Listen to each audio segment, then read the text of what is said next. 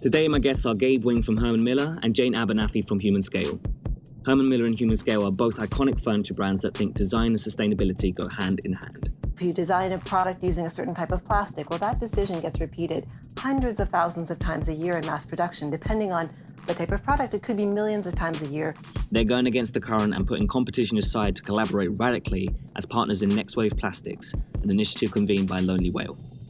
As members, they've committed to keeping plastics in the economy and out of the ocean by incorporating recycled ocean-bound plastics into their product supply chains. We'll be talking about what they can achieve together and why we need to rethink the way we think about plastic. My right knee works because there's a polymer holding that back together and some plastic anchors in my kneecap.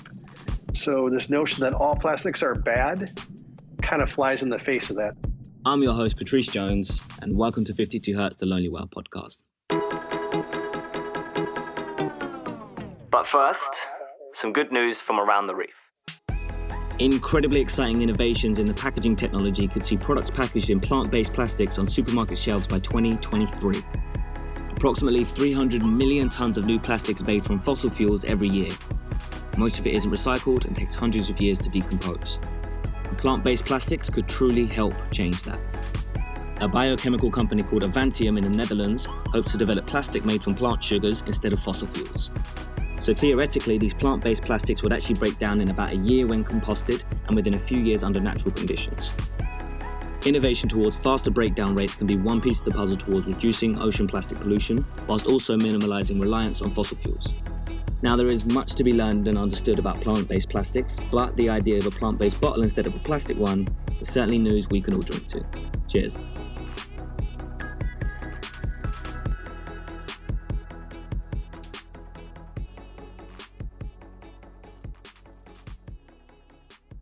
So, Jane and Gabe, welcome to 52 Hertz. Thank you for coming. Thank you. Yeah, happy to be here. So, I would love to just get from each of you just a quick bit about your respective companies and you guys' roles within those companies. So Herman Miller, we're a 100-plus-year-old company. I would characterize our organization as a research-based company that uses design to solve problems. And more often than not, our solutions come to life as pieces of furniture. We've been committed to sustainability for decades. I think what we're excited about with Next Wave and working with partners like Human Scale is having the opportunity to work and collaborate and provide speed and scale to solving this global issue related to ocean-bound plastic. My role at Herman Miller is I'm the director of sustainability for the corporation. My team and I have a role in shaping the overall strategy and help to make sure that we're doing our part to reduce our environmental impact. But more importantly, I think looking for opportunities where we can leverage the unique skills of our corporation and working with others to create positive social impacts. Great. Thank you so much. And Jane, love to hear from you. Human Scale is a global leader in products that enhance health and wellness at the workplace. In practice, that ends up being a lot of ergonomic tools like task lighting, ergonomic seating, keyboard trays, monitor arms, things that will hold technology in a place that fits the human body so that we don't have to contort our bodies to adjust to our technology. Our founder and CEO has had an interest in sustainability since he was young. In the last, I would say, 5, 6, 7 years, we've started a conversation around what does it really mean for us as a manufacturer of furniture, and where we sort of landed on if we stay in the realm of reducing the amount of negative impact we have on the world, we're never going to end up with the world that we want, a world where we can thrive and everyone can thrive. So a few years ago, we started thinking, actually, we have to reduce basically to 100%. That gets you to your net zeros, your net zero carbon, net zero water, and all that.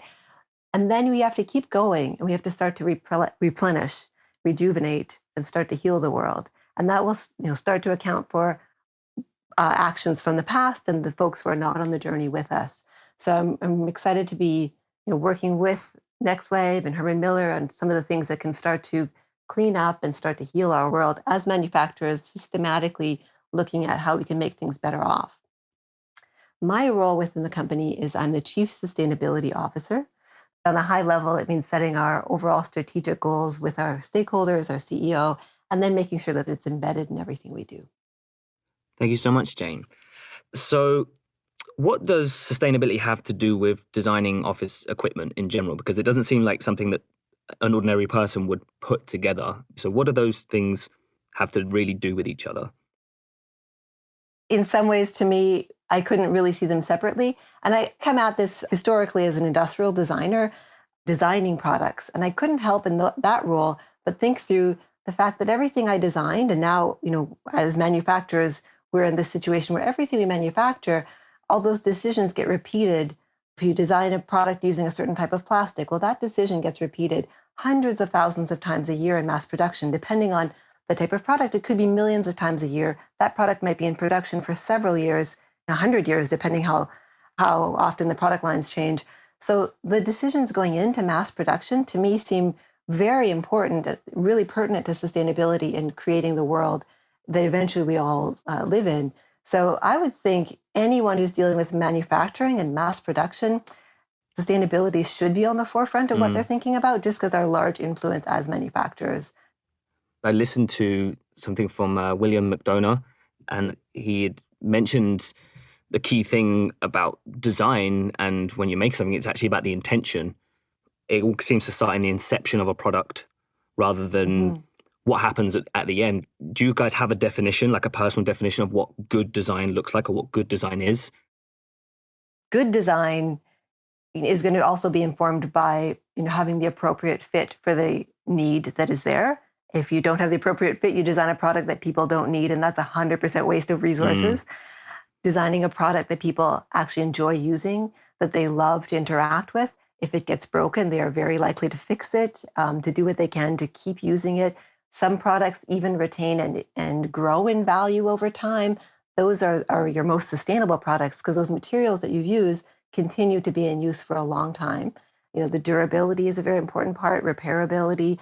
And then, of course, thinking through what happens at the end of life. Is it something that is easy to deal with, can easily be recycled to become other products? Throughout that, there's also a perspective to make better choices between different materials, and then using materials that themselves are not containing toxins and are not bringing chemicals of concern to our customers. I think a lot of details go into making sure that there's a holistic product that someone enjoys using and wants to use for a long period of time.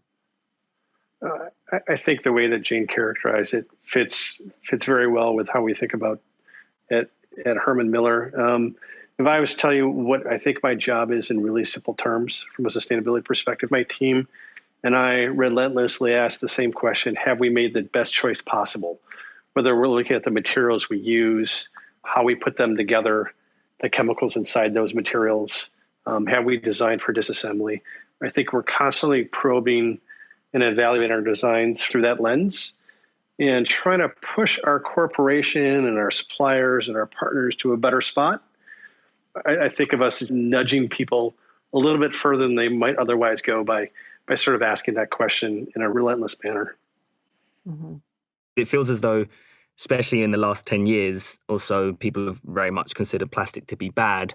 How do you guys see that? Are there ultimately good materials and bad materials that shouldn't be used? I guess on my end, I don't think we live in a black and white world. Putting the wrong plastic in the wrong application is clearly bad. And there are certain materials that, in my opinion, should be removed from the marketplace, whether it's flame retardants or certain types of halogenated polymers that bring a lot of baggage with them. But on the flip side, I tore my patella tendon playing basketball a couple years ago, and my right knee works because there's a polymer holding that back together and some plastic anchors in my kneecap. So this notion that all plastics are bad kind of flies in the face of that. So I think it's incumbent on us to make sure we're using the right materials appropriately and then working to think about them in a circular manner. And I think if we do that, we can get past this notion that, plastics are good or bad from a black and white perspective. That's kind of my thinking on it.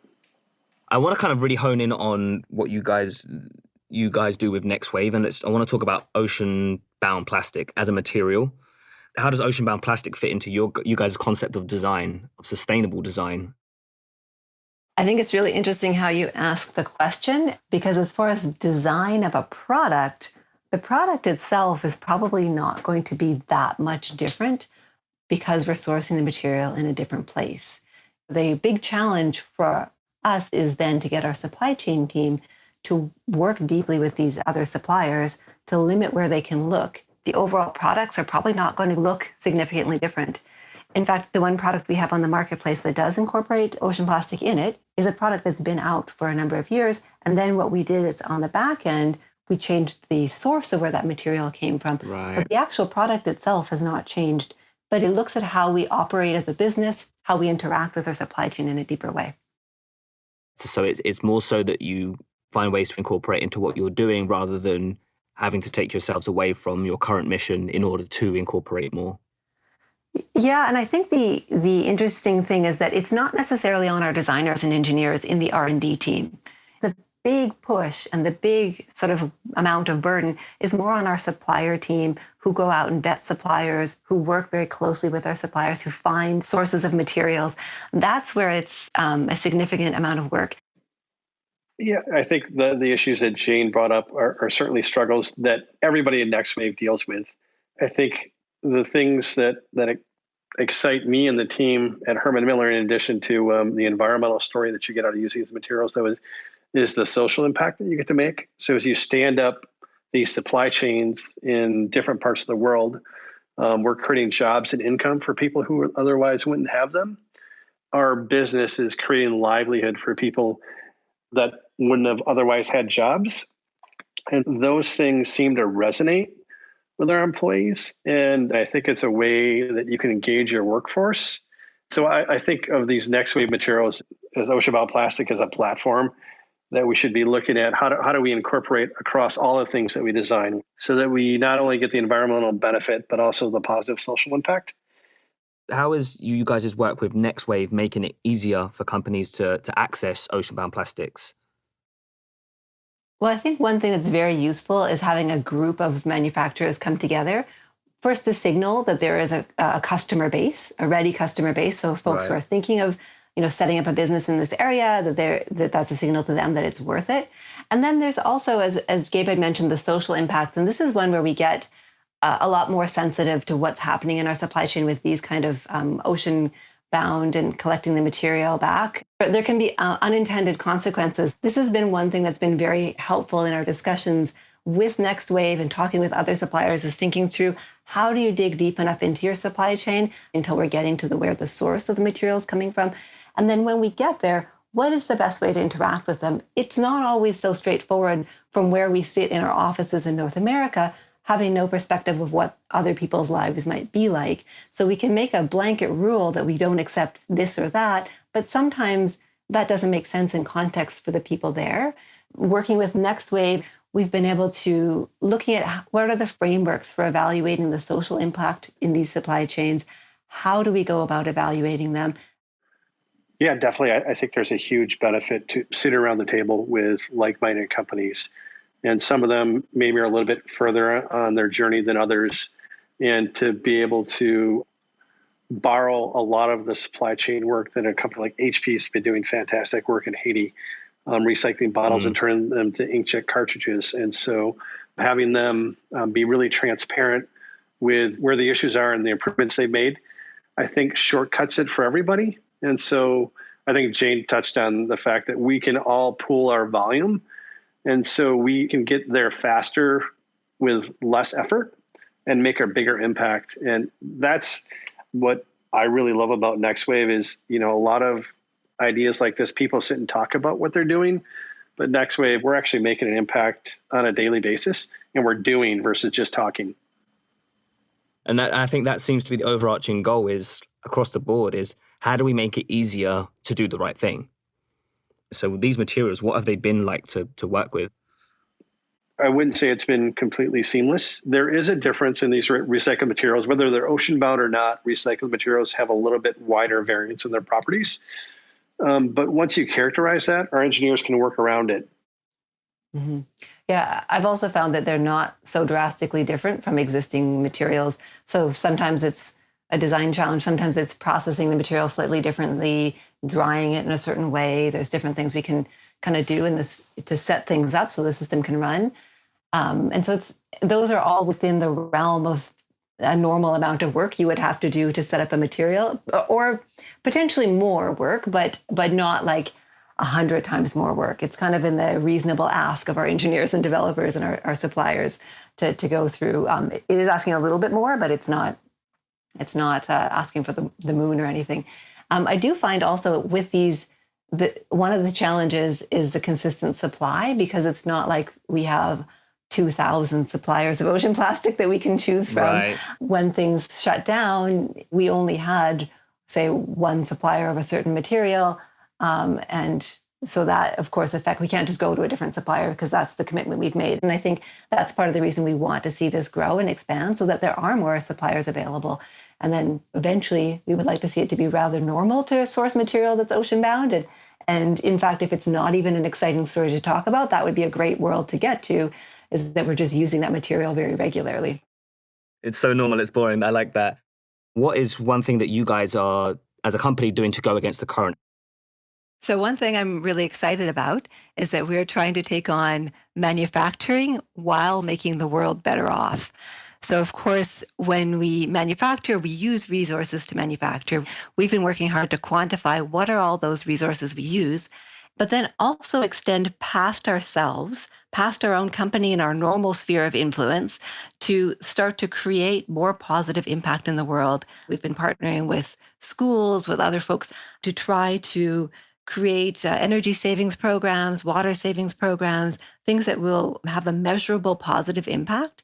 And ultimately, where we'd like to get to is to have the amount of good we're doing in the world in a measurable way that we could show that that is larger than the amount of resources that we're using to manufacture. So it's a journey that we're on. We're excited about progress toward that. That's fantastic. That's not the Living Product Challenge, is it? Yes, that's one way that we have had an indicator of how we're doing. And we have 2 products that are fully Living Product Challenge certified, have been audited to demonstrate they give back more than they use of water, energy, and carbon. We have another 23, so we'll have 25 products altogether by the end of this year that we aim to also be in that situation. One of the most important things our business is focused on is sustainability, and the task of taking that commitment and integrating it across the collection of brands that make up Herman Miller Group. We're made up of 9 separate brands today. Not all of them have the same amount of experience in trying to make the world a better place. And so I think the challenge and the opportunity for my team is to work together with those companies to achieve the vision that I think we're all striving toward. I'm excited to continue to work on developing the strategy to make that happen. That's fantastic. So I wanted to just get a little bit more into you guys as 2 separate entities who are, essentially direct competitors, but it seems as though you have put it aside and decided that sustainability and sustainable practices and our future as a planet is far more important. Can you elaborate on if you guys have had any sort of thoughts or feelings that have come through from that? Is there anything that you guys have noticed that's different working in this space as someone that you are working with and kind of in competition with? In the area of sustainability, my belief is that I think we've got a lot to gain by working together where it makes sense, and we can compete on cost and quality and design. But I don't believe that we should be competing on sustainability. By working together in a next wave type model, we can get there faster and cheaper together. Yeah, I couldn't agree more. I think if we can affect the changes that Human Scale and Herman Miller are talking about from a regenerative standpoint, we know the planet can get better. We can sort of heal it. One of the byproducts from the pandemic is that we sort of saw what could happen if we changed the way we do business as usual and truly become sustainable. And I think it just reinforces the importance of the work that we're collectively doing to make the world a better place, because it can get better. We just have to be willing to invest the time and effort to change the way we create things. Well, guys, thank you so much for being on 52 Hertz, Learn Well podcast, and thank you guys for all your continued work. Yep, thanks for having us. Yep, thank you. Hey, listeners, just before you go, here's a quick ocean-saving tip for you from our guest. The first Cradle book written by Bill McDonough and Michael Brongart would be something I'd say is worth reading. It's a required reading if you join our team at Herman Miller for sure. I would add the book Design is the Problem by Nathan Shedroff. It goes through a number of different approaches to sustainable design and has a very good perspective around what design can and can't do. Love what you're listening to? 52 Hertz is made possible by listener support like you. So go to lonelywhale.org and support Season 2. And your donation helps amplify the voices of ocean advocates all around the world. Thank you. 52 Hertz is a podcast from Lonely Whale. Our show is produced by Emma Riley and Mindy Raymaker, with writing from Kirsten Stringer and audio engineering by James Riley. Special thanks to Young Hero, Emmy Kane, Kendall Stockman, and Danny Whitty. Subscribe to 52 Hertz wherever you get your podcasts. I've been your host, Petrice Jones. Thanks for listening. Until next time, tune in to 52 Hertz and tune out plastic.